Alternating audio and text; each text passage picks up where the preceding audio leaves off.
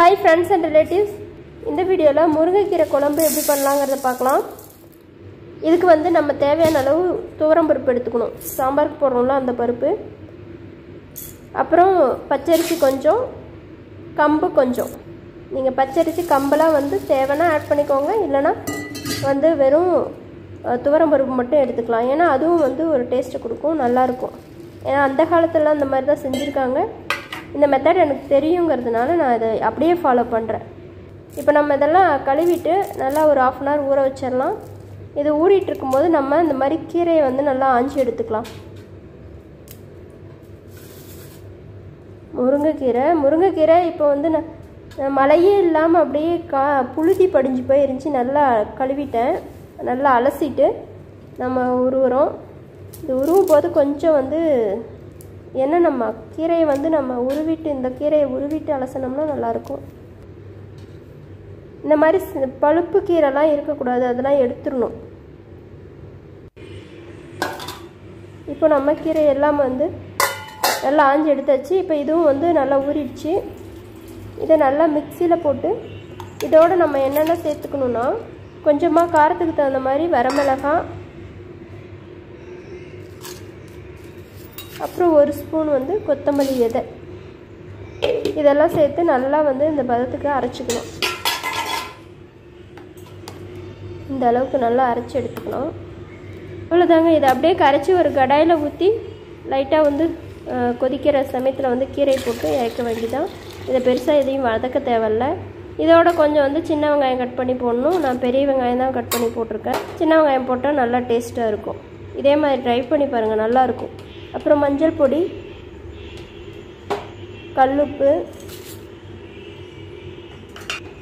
எல்லாம் சேர்த்து நல்லா வந்து கிளறி விட்டுட்டு கிண்டிக்கிட்டே இருக்கணும். கொஞ்சம் வந்து இது அடிப்பிடிக்கும். ஏன்னா பச்சரிசி இந்த பருப்பெல்லாம் அரைச்சி ஊற்றிருக்கிறதுனால கொஞ்சம் அடிப்பிடிக்கும். கொஞ்சம் நேரம் வந்து கிண்டிக்கிட்டே இருக்கணும். இது திக்னஸ்க்கு தகுந்த மாதிரி பார்த்துட்டு நம்ம வந்து அதுக்கப்புறம் தண்ணி இன்னும் கொஞ்சம் சேர்த்துக்கிறதுனால சேர்த்துக்கலாம். இதுக்கு நம்ம மிளகு சீரகம் நல்லா அடிச்சுட்டு ரசத்துக்கு போடுவோம் இல்லைங்களா, அந்த மாதிரி மிளகு சீரகத்தை நல்லா இடிச்சுட்டு இதோட பூண்டு தட்டி போடணும். ரொம்ப பொடியாக நசுக்க தேவையில்ல, லைட்டாக. ரசத்துக்கு எப்படி நம்ம வந்து மிளகு சீரகம் பூண்டெல்லாம் இடித்து போடுவோமோ அதே மாதிரி வந்து நம்ம இதுக்கும் போடணும். இந்த கீரை குழம்பு வந்து எதுக்கு வந்து நமக்கு வந்து நல்ல காம்பினேஷன்னா கம்மஞ்சோறுக்கு நல்ல காம்பினேஷன், நல்லா இருக்கும். இது ரொம்ப நாளாக ஒரு சிஸ்டர் என்கிட்ட கேட்டுகிட்டே இருந்தாங்க எப்படி பண்ணணும்னு போடுங்கன்னு. கமெண்ட்லலாம் கேட்கலங்க, ஏன்னா எனக்கு வியூஸு கமெண்ட்லாம் கம்மியாக தான் வரும். இது நேரில் கேட்டாங்க வீடியோ போடுங்கன்னு. ஆனால் எனக்கு டைமே இல்லை. ஏன்னா இந்த குழம்பு வந்து நம்ம சாதத்துக்கெலாம் வச்சு சாப்பிட மாட்டோம், கம்மஞ்சோறுக்கு தான் வந்து நல்லாயிருக்கும். அதனால் இப்போ வெயில் காலம் இல்லையா, இந்த டைமில் வந்து கம்மஞ்சோறுலாம் வீட்டில் செய்வோம், அதுக்காக செஞ்சது. இந்த மாதிரி நல்லா வந்து கொதிக்கிறதுக்கு முன்னாடியே வந்து நம்ம கீரையை வந்து சேர்த்துடணும். குழம்பு கொதிக்க விடக்கூடாது. ரசம் எப்படி கொதிக்கக்கூடாதோ அதே மாதிரி இதுவும் வந்து கொதிக்க விடக்கூடாது. கொதி வர ஸ்டேஜில் கீரையை போட்டுட்டு நம்ம இதை தாளிச்சிட்டு தேங்காய் போட்டு இறக்கிடலாம்.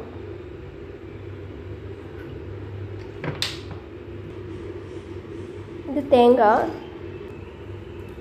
இப்போவுமே நல்லா குழம்பு வந்து நல்லா திக்காக தான் இருக்குது, கொஞ்சம் திக்காக தான் இருக்கணும். தேவைன்னா கொஞ்சம் தண்ணி விட்டுக்கலாம். இது தாளிக்கிறதுக்கு நமக்கு வந்து வடகம் தான் நல்லாயிருக்கும். தாளிப்பு வடகம் போட்டு தாளித்தா சூப்பராக இருக்கும். ஆனால் தாளிப்பு வடகம் இப்போ நம்மக்கிட்ட இல்லை, அதனால கடுகு கருவேப்பிலை இதை தான் போட்டு நான் தாளிக்கிறேன்.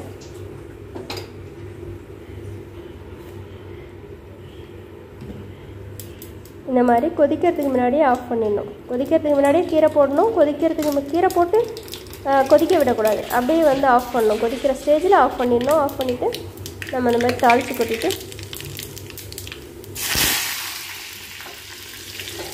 எடுத்து சாப்பிட்லாம்.